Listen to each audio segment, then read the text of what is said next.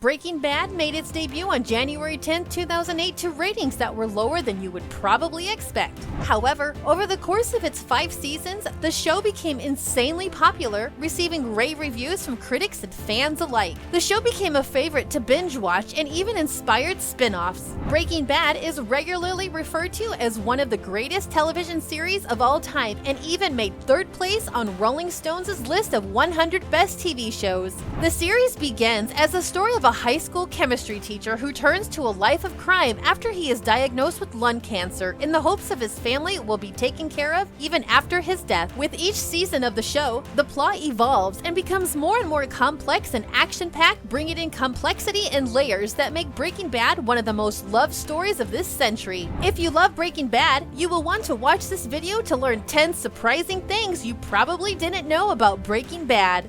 Interact with us. Subscribe and hit the notification button to be notified when we upload more content.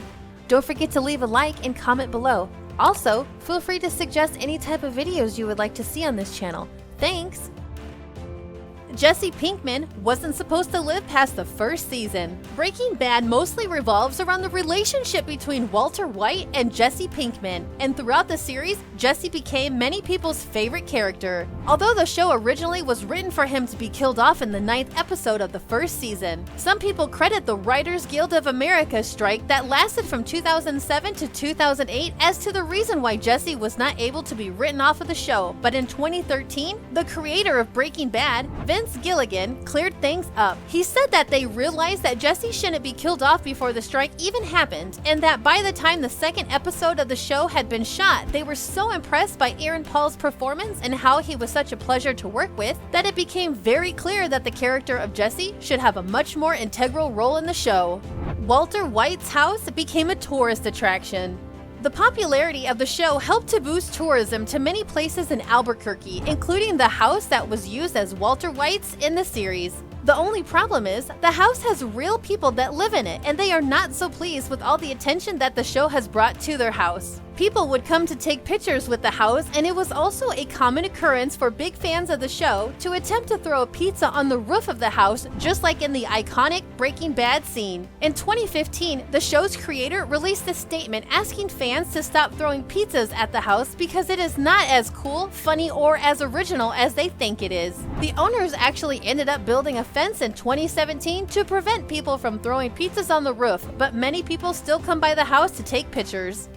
The Drug Enforcement Administration made sure the meth-making process was realistic. When Breaking Bad was in its developmental stages, the show's team reached out to the Drug Enforcement Administration, also known as the DEA, to ask them if they could come on board with the program to make sure that the meth-making process on the show was as realistic as possible. The DEA agreed and worked with the Breaking Bad cast and crew, which included teaching Bryan Cranston and Aaron Paul how meth is made. They also worked with a chemistry professor from the University of Oklahoma named Dr. Donna Nelson, who helped to make sure that the science involved in the meth-making process shown on Breaking Bad was done accurately and safely, but most importantly, she made sure that enough of the process was left out of the show so that viewers would not be able to actually learn how to make meth from watching Breaking Bad. Of course, meth was not actually involved in the making of the show, and anytime you see meth in the show, it is actually Blue Rock candy from a local candy shop in Albuquerque.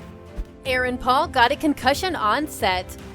While shooting a fight scene between Jesse, played by Aaron Paul, and Tuco, played by Raymond Cruz, Paul actually ended up being knocked unconscious by Cruz on accident. If you watch the episode Grilled, where the fight scene occurs, there is a part where Tuco throws Jesse through a screen door. Aaron Paul's head actually hit the door the wrong way, and this is where he is knocked unconscious. Not realizing that his fellow actor was knocked out, Raymond Cruz continued on with the scene until Paul could ask him to stop. After being examined by a medic, Paul insisted that he wanted to finish the scene until his eye began to swell up and he was sent to a hospital where it was determined that he had suffered a concussion. Talk about suffering for your art! The network did not want Bryan Cranston to star originally. His performance with Walter White in Breaking Bad is really what rocketed Bryan Cranston into superstardom, and it is pretty much impossible to imagine the show without him. However, Cranston was not originally intended to be a part of the show's cast. The show's network, AMC, originally pitched the role of Walter White to Matthew Broderick and John Cusack. When both of the actors turned down the role, Breaking Bad's creator Vince Gilligan suggested Bryan Cranston. Gilligan wanted to cast Cranston because of his acting in X-Files. Gilligan felt that Cranston was able to be comedic but also dramatic and scary at times, which he thought was just what they needed for the role. The network was unsure about Cranston as they were so set on having either Broderick or Cusack, but once they brought him in to film the pilot episode, the network saw that Cranston was a perfect fit for the role of Walter White. Lots of TV networks passed up on the show. Breaking Bad was pitched to many TV networks before the show was picked up by AMC, which is surprising considering how compelling the show is and how popular it would become. Breaking Bad's creator, Vince Gilligan, has even said that pitching the show to HBO was the worst meeting that he ever had. Gilligan felt that the woman he pitched the show to was so uninterested that he wasn't sure if she cared whether he lived or died, and that he was left waiting for a while before he even got a call back. The show was also passed up by the networks Showtime, FX, and TNT for various reasons. Despite his initial bad experience, Vince Gilligan would get a second chance to impress HBO, this time successfully when it was announced in 2016 that Gilligan would be working with HBO on a short series about the infamous cult leader, Jim Jones. There was a shocking number of deaths throughout the series. Over the course of the entire series, there were an impressive 270 character deaths that range from minor side characters that remain nameless to major players. You don't have to worry, we won't spoil any major character deaths. It is no wonder there were so many deaths throughout the series because a character dies nearly every episode, if not multiple characters. There was one killed in the first episode, and there were at least 10 people killed in the show's finale episode alone. There were some more impressive numbers associated with Breaking Bad. While everyone associates the character Jesse with ending his sentences with the word bitch, he actually only says the word 54 times throughout the entire series. Another significant number is that the show has a total of 62 episodes. This is because the 62nd element on the periodic table is samarium, which can be used to treat cancer, including the lung cancer, which the character Walter White had. The Breaking Bad spin-off movie got great reviews. It is hard to think of a show that has had better spin-offs than Breaking Bad, which is not surprising when you consider how well written and successful the original show is. Breaking Bad's spin-off show, Better Call Saul, is now in its 5th season and is still just as popular with fans, if not even more popular, than when it first came out in 2015. The spin-off movie titled El Camino, a Breaking Bad movie, came out on Netflix in 2019 and follows Jesse Pinkman and his life after the events of the main series. While TV show spin-off movies are typically not great, El Camino is seen as being a standout in that category. The movie got 91% approval from critics on Rotten Tomatoes and 81% from general audiences. Fans of the show really enjoy the movie, but acknowledge it would be hard to follow for someone that didn't know much about Breaking Bad. Breaking Bad wasn't originally set in Albuquerque.